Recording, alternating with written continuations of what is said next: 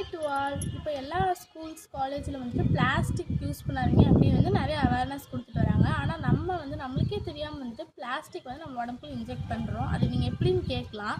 நம்ம யூஸ் பண்ணுற leading brand napkins தான். அதில் வந்து கெமிக்கல் அப்புறம் பிளாஸ்டிக் வந்துட்டு யூஸ் பண்ணுறாங்க.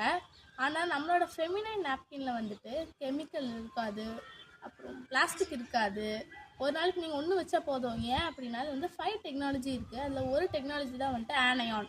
அது வந்து பாக்டீரியா எல்லாத்தையும் கொன்றும். நீங்கள் இதை ஒரு நாளைக்கு ஒன்று வச்சாலே போதும். என்னோடய ஃப்ரெண்ட்ஸ் நிறைய பேர் வந்துட்டு பீரியட்ஸ் அப்படின்னு சொல்லிட்டு ஸ்கூலுக்கு வர மாட்டாங்க. ஸ்டொமக் பெயின் அதனால் வந்துட்டு ஸ்கூலில் வந்து பேட் மாற்ற முடியாது, ரெஸ்ட் ரூம் ப்ராப்ளம் அந்த மாதிரிலாம் சொல்லுவாங்க. ஆனால் நான் எங்கள் அம்மாவோட ஸ்டேட்டஸ் பார்த்து நான் ஃபெமினைன் வந்து சஜஷன் பண்ணதுலேருந்து அவங்க ஸ்கூலுக்கு வர ஆரம்பிச்சிருக்காங்க.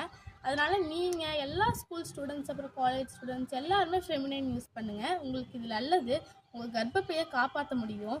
மாதவிடாய் தீட்டல்ல மங்களம். Happy day.